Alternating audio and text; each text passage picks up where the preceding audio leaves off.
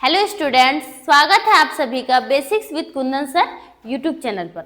आज मैं आप लोगों के लिए क्लास 10th का हिंदी का जो बुक है कृतिका और क्षितिज, उसका all MCQ previous year all MCQ को करवाने वाली हूँ। ये जो क्वेश्चंस है सारे प्रीवियस ईयर है। क्वेश्चंस बैंक में जितने भी क्वेश्चंस है उसको मैं आज आप लोगों के साथ बताऊंगी। और ये जो क्वेश्चंस है वह 2026 एग्जाम के लिए मोस्ट इम्पॉर्टेंट है। यहीं से क्वेश्चंस पूछे जाएंगे। हर साल जो एग्जाम में प्रीवियस ईयर क्वेश्चंस ज़्यादा रहते हैं। तो आइए देखते हैं। पहला जो क्वेश्चन है वह है, गोपियां किसके प्रेम में आसक्त हो गई? उद्धव, क्या लिखा है? उद्धव प्रेम, कृष्ण प्रेम, संगीत प्रेम, इनमें से कोई नहीं। तो इसका राइट आंसर क्या हो जाएगा? कृष्ण प्रेम। क्या हो जाएगा? कृष्ण प्रेम। गोपियां कृष्ण के प्रति कैसी भावना रखती थी? विरोध की, क्रोध की, प्रेम की, घृणा की? तो प्रेम की। गोपियां जो है कृष्ण के प्रति प्रेम की भावना रखती थी। कवि के अनुसार गोपियों का स्वभाव कैसा है? चतुर, निर्दयी, घमंडी, भोला? तो वे जो गोपियां हैं बिल्कुल भोली भाली है कवि के अनुसार। गोपियों को छोड़कर कृष्ण कहाँ चले गए थे? वृंदावन, मथुरा, ब्रज, द्वारका? तो मथुरा चले गए थे। आप लोग सारे क्वेश्चंस को बार बार देखिए, सुनिए, ताकि एग्जाम में एक भी क्वेश्चंस आप लोग के छूटे नहीं। देखिए नेक्स्ट, राम लक्ष्मण परशुराम संवाद से है। राम लक्ष्मण परशुराम संवाद पाठ के रचयिता हैं कबीरदास, तुलसीदास, मीराबाई, सूर्यकांत त्रिपाठी, निराला? तो इसके रचयिता कौन है? तुलसीदास।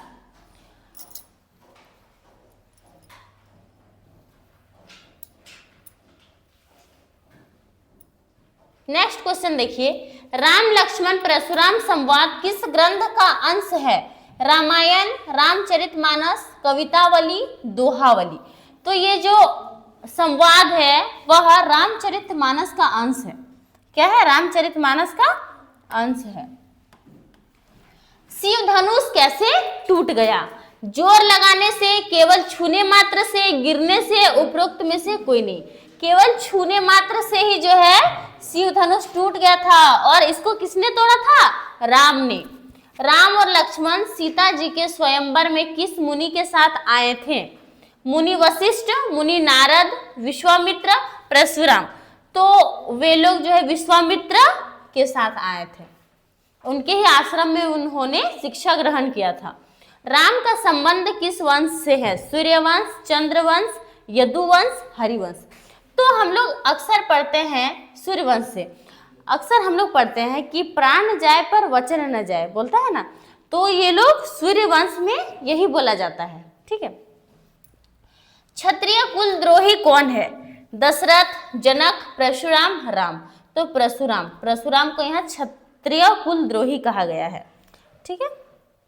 नेक्स्ट क्वेश्चन देखिए, सहस्त्र बाहु समसो रिपु मोरा, इस पंक्ति में प्रयुक्त अलंकार है? अनुप्रास, रूपक, मानवीकरण, उपमा?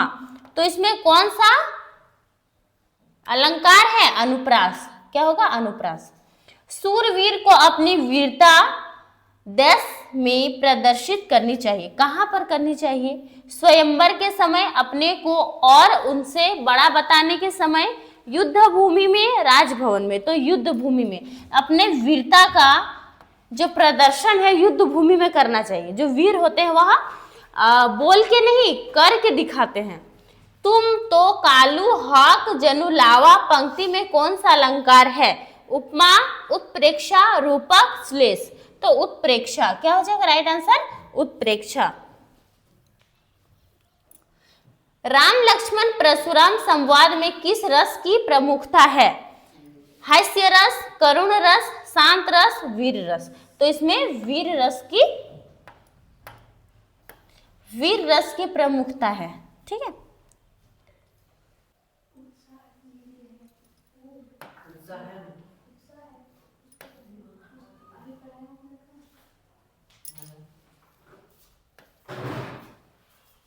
चलिए, अट नहीं रही है।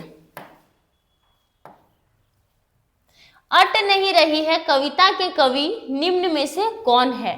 सूर्यकांत त्रिपाठी, निराला, नागार्जुन, जयप्रसाद, ऋतुराज? तो इसका राइट आंसर क्या हो जाएगा? सूर्यकांत त्रिपाठी निराला।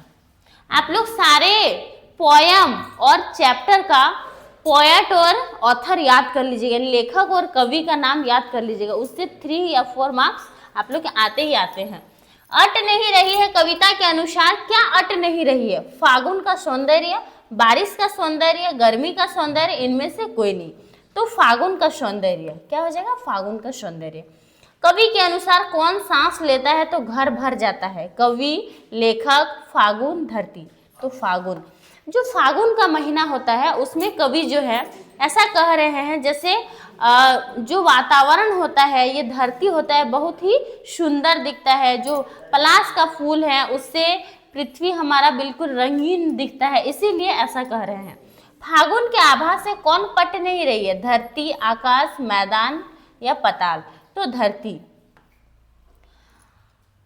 कवि देखिए 5 नंबर, कविता के निम्नलिखित में से किस वाक्य में मानवीकरण अलंकार है? अट नहीं रही है, पट नहीं रही है, सट नहीं रही है, कहीं सांस लेते हो। तो इसका राइट आंसर क्या हो जाएगा? कहीं सांस लेते हो। ठीक है,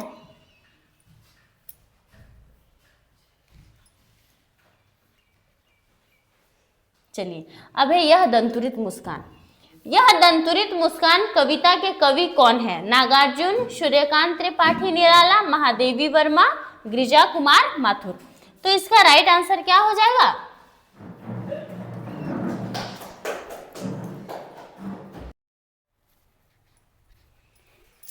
चलिए हम लोग देखते हैं यह दंतुरित मुस्कान। यह दंतुरित मुस्कान कविता के कवि का क्या नाम है? नागार्जुन, सूर्यकांत त्रिपाठी निराला, महादेवी वर्मा, गिरिजा कुमार माथुर। तो इनके जो कवि है उनका नाम है नागार्जुन। ठीक है, नेक्स्ट, इस कविता में व्याख्या का केंद्र बिंदु कौन है? कवि, माँ, बच्चा, युवक।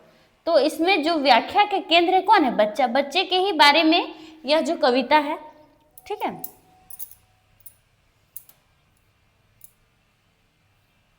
नेक्स्ट क्वेश्चन देखिए, कवि मैथिली भाषा में किस नाम से लिखा करते थे? जो मैथिली भाषा थे उसमें किस नाम से लिखा करते थे? लेखक, कवि, यात्री, पथिक। तो यात्री। किसकी मुस्कान देखकर हताश और निराश व्यक्ति में आशा का संचार हो जाता है? युवक का मुस्कान देखकर, युवती की मुस्कान देखकर, माँ की मुस्कान देखकर, बच्चे की मुस्कान देखकर। तो यह जो चैप्टर है वह दंतुरित मुस्कान, बच्चे की मुस्कान के बारे में है। तो यही राइट आंसर हो जाएगा। मृतक में भी डाल देगी जान का क्या अर्थ है? मरे हुए को जिंदा कर देना, हारे हुए को जिंदा जिता देना, हताश और निराश व्यक्ति में खुशी ला देना, माँ बाप का काम आसान कर देना।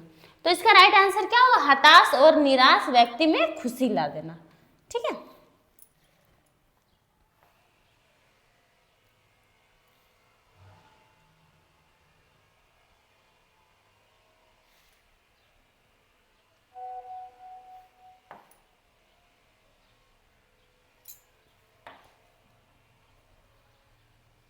चलिए अब देखिए फसल। फसल कविता के कवि कौन है? सूर्यकांत त्रिपाठी निराला, जयशंकर प्रसाद, नागार्जुन, महादेवी वर्मा। तो इसका राइट आंसर क्या हो जाएगा? नागार्जुन, है ना, नागार्जुन। कविता के अनुसार फसल किसका रूपांतर है? पानी का, मिट्टी का, बादल का, सूर्य की किरणों का। तो सूरज की किरणों का रूपांतर है। फसल किसका गुणधर्म है? मिट्टी का, पानी का, किसान का या हाथ का? तो मिट्टी का गुणधर्म, जैसा मिट्टी उसी टाइप से हमारा फसल होता है। फसल से सीधा संबंध किसका रहता है? व्यापारी का, खरीदार का, किसान का, सरकार का। तो किसान का सीधा संबंध होता है। किसान फसल उगाएगा तभी तो व्यापार के पास जाएगा, खरीदार के पास जाएगा, सरकार के पास जाएगा। ठीक है, नेक्स्ट क्वेश्चन देखिए, फसल किसका सिमटा हुआ संकोच है? किसान के हाथों का, व्यापारी के हाथों का, जमींदारों के हाथों का, हवा की थिरकन का। तो हो जाएगा हवा की थिरकन का। ठीक है, संगतकार से। संगतकार कविता के कवि कौन है? मंगलेश डबराल, नागार्जुन, सूर्यकांत त्रिपाठी निराला या फिर जयशंकर प्रसाद। तो इसका राइट आंसर क्या हो जाएगा? मंगलेश डबराल। क्या हो जाएगा? मंगलेश डबराल। नेक्स्ट क्वेश्चन देखिए, संगतकार का क्या अर्थ होता है? मुख्य गायक का साथ देने वाले गायक, गीतकार, संगीतकार। तो इसका अर्थ क्या होता है? मुख्य गायक का साथ देने वाले गायक को कहते हैं क्या? संगतकार। जो संगत में रहते हैं उन्हीं को संगतकार कहते हैं। जब मुख्य गायक का उत्साह अस्त होने लगता है तब हौसला कौन बढ़ाता है? गीतकार, कलाकार, संगीतकार, संगतकार। तो संगतकार कौन बढ़ाता है? संगतकार। जो मुख्य गायक होते हैं वो जब थकने लगते हैं तो उनके साथ साथ जो गाते हैं वही हौसला बढ़ाते हैं। मुख्य गायक का स्वर कब बैठने लगता है? ऊंची आवाज में गाने के कारण, मध्यम आवाज में गाने के कारण, नीचे आवाज में गाने के कारण, कर्कश आवाज में गाने के कारण। तो ऊंची आवाज में गाने के कारण उनका स्वर बैठने लगता है। कवि ने किसके स्वर को चट्टान जैसे भारी स्वर कहा है? संगतकार के स्वर को, साहित्यकार के स्वर को, मुख्य गायक के स्वर को, सहायक गायकों के स्वर को। तो मुख्य गायक का जो स्वर होता है वही चट्टान जैसा भारी होता है, वही जोर से गाएंगे, और संगतकार उनके साथ साथ गाया करते हैं। का चश्मा। नेताजी का चश्मा पाठ के लेखक का नाम क्या है? राम वृक्ष वेनीपुरी, स्वयं प्रकाश, यशपाल, सर्वेश्वर दयाल सक्सेना। तो इसका राइट आंसर क्या हो जाएगा? स्वयं प्रकाश। क्या हो जाएगा? स्वयं प्रकाश। नेताजी की मूर्ति कहाँ लगाई गई थी? मुख्य बाजार के मुख्य चौराहे पर, चौराहे के बाएं, मुख्य बाजार के मुख्य चौराहे के दाएं, मुख्य बाजार के चौराहे पर, बाजार के बाहर। तो मुख्य बाजार के मुख्य चौराहे पर, ये राइट आंसर हो जाएगा। चौराहे पर, मुख्य बाजार के चौराहे पर। ठीक है। नेताजी की मूर्ति में कैसे लग रहे थे? नेताजी जो है वो मूर्ति में कैसे लग रहे थे? क्रोधी एवं उग्र, शांत एवं क्रोधी, संघर्षशील और क्रांतिकारी, मासूम और कमसीन, मासूम और कमसीन। यही राइट आंसर होगा, मासूम और कमसीन।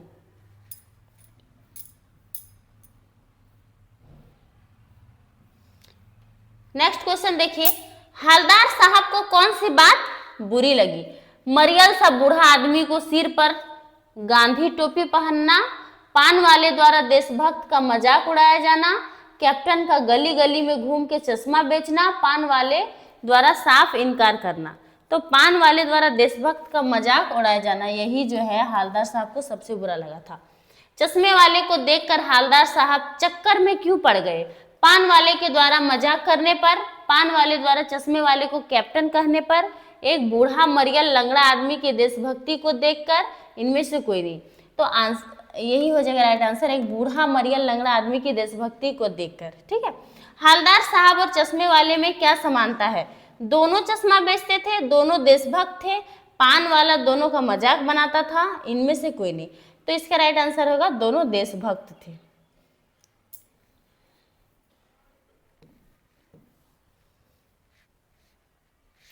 हालदार साहब नेताजी की मूर्ति पर रियल चश्मा देखकर सर्वप्रथम क्या सोचते हैं? सोचते हैं कि प्रशासनिक अधिकारियों का कार्य सराहनीय है, सोचते हैं कि नागरिकों का यह प्रयास सराहनीय है, सोचते हैं कि कैप्टन का कार्य सराहनीय है, सोचते हैं कि पान वाले का कार्य सराहनीय है। तो इसका राइट आंसर क्या हो जाएगा? सोचते हैं कि प्रशासनिक अधिकारियों का कार्य सराहनीय है। नेताजी की मूर्ति पर सरकंडे के चश्मे को देखकर क्या उम्मीद जगती है? ज्ञान प्राप्ति की उम्मीद, नए लोगों में देशभक्ति की उम्मीद, अपनी तरक्की की उम्मीद, देश की तरक्की की उम्मीद। तो राइट आंसर क्या होगा? नए लोगों में देशभक्ति की उम्मीद। ड्राइंग मास्टर का क्या नाम था? मोतीलाल, किशनलाल, प्रेमपाल, सोहनलाल। तो मोतीलाल, ड्राइंग मास्टर का क्या नाम था? मोतीलाल। पाठ बाल गोविंद भगत में बाल गोविंद भगत कबीर के पदों को बड़ी आत्मीयता से गाते थे। उन गीतों में कौन सा भाव निहित था? प्रभु मिलन का, देशभक्ति का, वियोग का, इनमें से कोई नहीं। तो इसका राइट आंसर होगा प्रभु मिलन का। बाल गोविंद भगत जी कौन सा व्यवसाय करते थे? खेती, दुकानदारी, पुस्तक विक्रेता, कुछ नहीं। तो वे खेती बाड़ी से जुड़े हुए थे। भगत जी अपने बेटे का खास ख्याल क्यों रखा करते थे? बेटा ईमानदार था, बेटा समझदार था, बेटा सुस्त और बोदा था, बेटा सुंदर था। तो क्या हो जाएगा? बेटा सुस्त और बोदा था।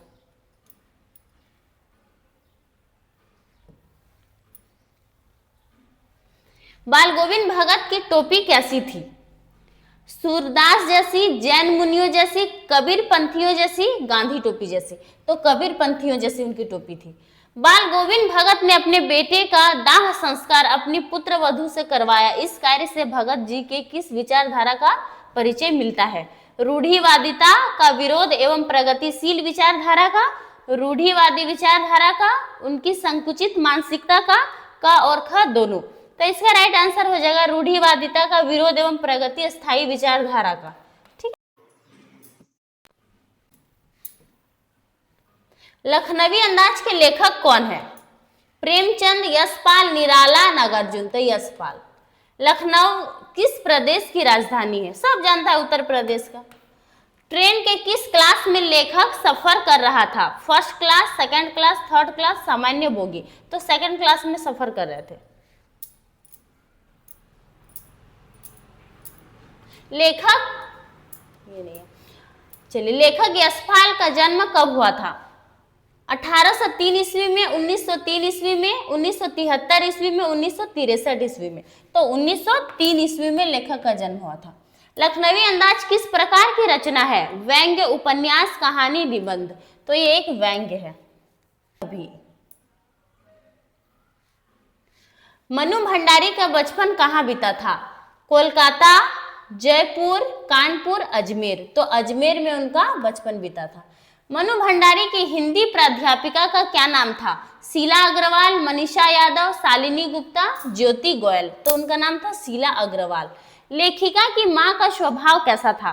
त्यागशील, लालची, क्रोधी, लड़ाई करने वाला। तो उनका स्वभाव कैसा था? त्यागशील। लेखिका के पिता लेखिका को घर में होने वाली बहसों में बैठने को क्यों कहते थे? वे उसे बहस करना सिखाना चाहते थे, वे उसे देश की स्थिति से परिचित कराना चाहते थे, औपचारिकतावश बैठने को कहते थे लेखिका की इच्छा के कारण, वे उसे देश की स्थिति से परिचित कराना चाहते थे। सन 1946-47 के दिनों में देश का माहौल कैसा था? देश में युद्ध की स्थिति बनी हुई थी, स्वतंत्रता की तैयारी चल रही थी, देश को स्वतंत्र कराने का जोश उफान पर था, संविधान तैयार किया जा रहा था। तो देश को स्वतंत्र कराने का जोश, हमारा देश 1947 में क्या हुआ? स्वतंत्र हुआ है ना। लेखिका के पिता शक्की स्वभाव के क्यों थे? चिंता के कारण, गरीबी के कारण, अपनों के विश्वासघात के कारण, इनमें से कोई नहीं। तो अपनों के विश्वासघात के कारण उनके अंदर शक पैदा हो जाता था। किसकी जोशीली बातों ने लेखिका के रगों में बहते खून को लावे में बदल दिया? महात्मा गांधी की, पिता की, शीला अग्रवाल की, क्रांतिकारियों की। तो अपने जो प्रधानाध्यापका थी शिक्षा शीला अग्रवाल, नौबत खाने में इबादत पाठ किसके जीवन पर केंद्रित है? बिस्मिल्लाह खान के जीवन पर, अब्दुल्ला खां के जीवन पर, मोहम्मदुल्लाह खां के जीवन पर, इनमें से कोई नहीं। तो राइट आंसर होगा बिस्मिल्लाह खां के जीवन पर। नौबत खाने में इबादत पाठ के लेखक कौन है? सत्येंद्र मिश्र, देवेंद्र मिश्र, यतीन्द्र मिश्र, रविंद्र मिश्र। तो हो जाएगा यतीन्द्र मिश्र। बिस्मिल्लाह खां का जन्म किस राज्य में हुआ था? उत्तर प्रदेश, मध्य प्रदेश, बिहार, झारखंड। तो बिहार में। बिस्मिल्लाह खान किस वाद्य यंत्र के वादक थे? बांसुरी वादक, ढोल वादक, नगाड़ा वादक, शहनाई वादक। तो राइट आंसर हो जाएगा शहनाई वादक। इबादत का क्या अर्थ होता है? पूजा, श्रम, सफलता, उपलब्धि। तो पूजा होता है। इबादत का मतलब क्या होता है? पूजा। अब नेक्स्ट है माता का। लेखक के बचपन का नाम क्या था? मंजूनाथ, तारकेश्वर नाथ, हरिहर नाथ, श्रीनाथ। तो उनका बचपन का नाम था तारकेश्वर नाथ। मकई के खेत में किसका झुंड चर रहा था? चिड़ियों का, गायों का, बकरियों का, भेड़ों का। तो चिड़ियों का झुंड चर रहा था। ठोर शब्द क्या अर्थ है? ठहरना, स्थान, दौड़ना, आकाश। तो स्थान। ठोर में इसका होता है स्थान।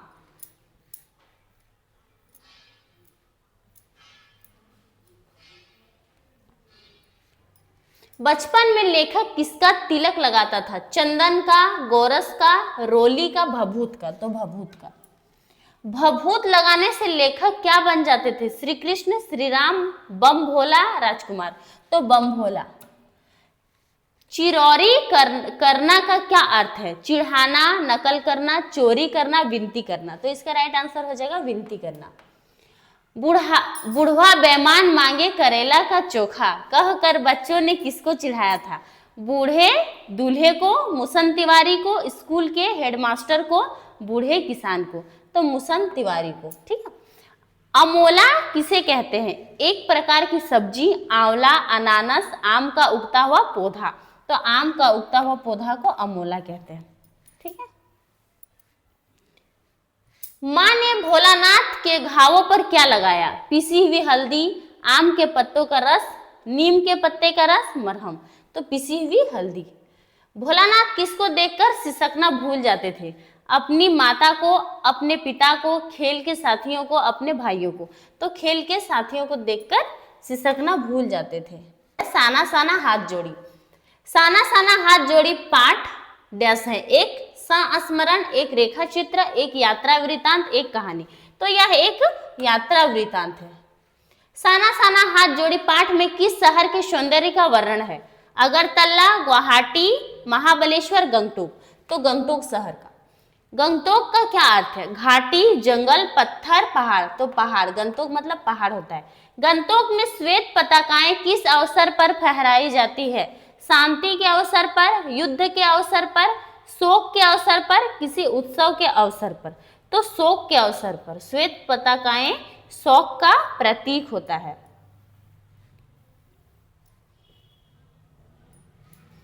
लेखिका ने गंगटोक को किसका शहर कहा है? मेहनतकश, बादशाहों का, परिश्रमी लोगों का, वैज्ञानिकों की देन का, प्राचीन परंपराओं का। तो मेहनतकश, बादशाहों का। रहस्यमयी तारों भरी रात लेखिका के मन में क्या जगा रही थी? आदर, प्यार, सम्मोहन, आशा। तो सम्मोहन। प्रकृति जल संचय की व्यवस्था किस प्रकार करती है? सर्दियों में पर्वतों पर बर्फ पड़ती है, गर्मियों में वह बर्फ पिघलती है, पहाड़ों से निकलने वाली नदियों लोगों की प्यास बुझाती हैं, सभी कथन सत्य है। तो सभी कथन सत्य है। ये सभी कथन क्या सत्य है? गंगटोक नगर किस राज्य की राजधानी है? असम, सिक्किम, बंगाल, अरुणाचल। तो सिक्किम की राजधानी गंगटोक है।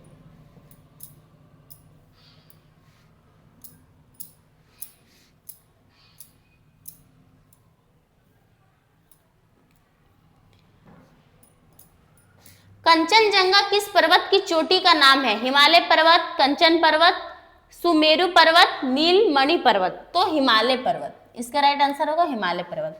जितेन नार्गे की जीप में किसकी तस्वीर लगी हुई थी? महात्मा गांधी, दलाई लामा, महात्मा बुद्ध, महावीर का। तो दलाई लामा। कवि लॉन्ग स्टोक नामक स्थान पर कौन सी हिंदी फिल्म की शूटिंग हुई थी?